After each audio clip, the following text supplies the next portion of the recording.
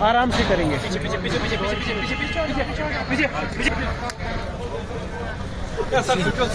हाँ, legislative CM Omar Abdullah निकलते हुए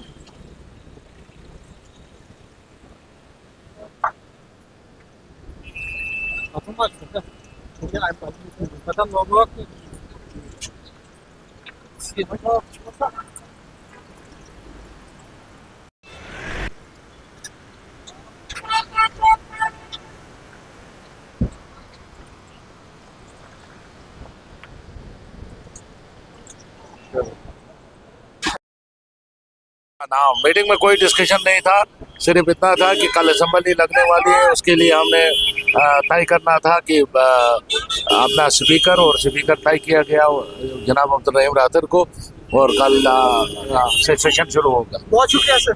यहाँ के हालात डिस्कस हुए, उसके बाद जो कल से इजलास शुरू हो रहा है उसका बिजनेस डिस्कस हुआ, स्पीकर का इंतखाब है, उसके बाद लेफ्टिनेंट गवर्नर का एड्रेस है, यही नॉर्मल। क्या स्टेट आर्टिकल 370 को लेके वो तो हमारा कोर एजेंडा है, वो तो हमारी रूह है नेशनल कॉन्फ्रेंस का, तो वो तो है, that is on the top, that is top priority.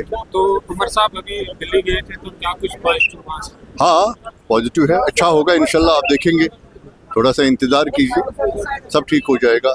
जो हमसे छीना गया इंशाल्लाह वो वापस मिलेगा। हालात को लेके क्या डिस्कशन हुआ? जी, हालात को लेके जो भी हटाए।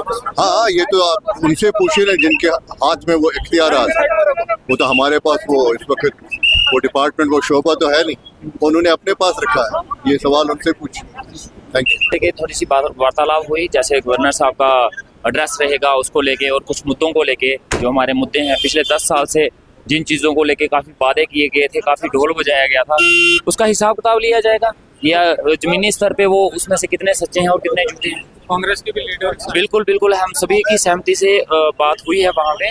मेन बात ये है कि हमारे चीफ मिनिस्टर साहब ने डायरेक्टली ये बात बोली है कि लोगों के मुद्दे बिना डर और बिना किसी बात के, बिना किसी प्रेशर के उठाए जाएंगे, और चाहे उसमें किसी का नुकसान हो, किसी का फायदा हो, वो साइड पे रख के हमें लोगों के मुद्दे उठाने हैं और भरपूर जोरदार तरीके से उठाने हैं। सीएम साहब दिल्ली भी गए थे, क्या जी, वो उनकी पीएम साहब से बात हुई है स्टेटहुड को लेके, हम पॉजिटिव हैं इस चीज़ को लेके, और उम्मीद भी है कि बड़ी जल्दी हमें कोई खुशखबरी सुनने को मिलेगी। विच इज डे आफ्टर है, कल खाली गवर्नर साहब का एड्रेस, पहले इलेक्शन है स्पीकर साहब का और उसके बाद गवर्नर साहब का एड्रेस है, और बिजली रेफरेंसेस ट्यूसडे को होंगी, उसके बाद 3 दिन गवर्नर साहब का एड्रेस के मोशन ऑफ थैंक्स वगैरह। जी कल, हाँ ये तो ट्रेडिशनल है, पहले इलेक्शन ऑफ स्पीकर, देन उसके बाद गवर्नर साहब का एड्रेस, तो प्रोसीजरल जो भी है और कल ही पता चलेगा सारा। तो पहले तो नेशनल कांग्रेस का जो लेजिस्लेटिव पार्टी का मीटिंग हुआ था, उसमें हमारा यही था कि आज जो कल से सेशन जो स्टार्ट हो रहा है, 4 डे का ब्रीफ स्पेल है, तो उसमें बड़ी बातचीत हुई किस तरीके का गवर्नमेंट का उसमें हमारा स्टैंड रहेगा, क्या आने वाले चैलेंजेस है, तो यही आज इस पर डिस्कस। उसके बाद अलायंस का भी मीटिंग हुआ, तो अलायंस पार्टनर के साथ भी बाद में हमारी मीटिंग हुई, तो उसमें यही था कि किस तरीके के जो चैलेंजेस हैं इस वक्त गवर्नमेंट को, वो बदलते हालात में, तो उस पर हमारी चर्चा हुई, और देखते हैं कल से पहले तो स्पीकर का इंतखाब होगा, उसके बाद की आगे की रणनीति होगी। तो क्या कुछ रणनीति है अपोजिशन के लिए? अपोजिशन की काफी स्ट्रांग। देखिए अपोजिशन तो स्ट्रांग, किसी भी डेमोक्रेसी में अपोजिशन तो स्ट्रांग तो हो, लेकिन गवर्नमेंट को एक क्लियर कट मैंडेट है, तो गवर्नमेंट बिल्कुल इस वक्त कोई उसमें ऐसी बात नहीं है, और हमारा मौके बिल्कुल क्लियर है। जो हमारा एजेंडा नेशनल कॉन्फ्रेंस का इस वक्त जिस मैंडेट को लेके हम लोगों ने हमें यहाँ पर भेजा है, तो उसी मैंडेट को जो है हम हाउस में भी जो है वही बात रखी जाएगी जो लोगों ने हमसे उम्मीदें रखी गई। हालात को लेकर कोई डिस्कशन हुआ? जो भी देखिए हालात हो तो हम तो कह रहे हैं कि अगर हालात इनसे नहीं समझ रहे हैं, तो उसी के लिए तो हम बात कर रहे हैं कि हमारे को जो रिस्टोर जो कीजिए, स्टेटहुड जो रिस्टोर कीजिए, क्योंकि इनके हाल बस की बात नहीं है। जिस तरीके के बाकी महकमे हमारे पास है, तो हम कहते हैं लाइन ऑर्डर जो है और पुलिसिंग भी जो है वो जल्द से जल्द जो है हमारे को बहाल की जाए, ताकि जो है इसको हम बेटर वे में जो है जम्मू कश्मीर को आगे ले सकें। Thank you. आज तो ये this was the first legislature party meeting, legislature party meeting.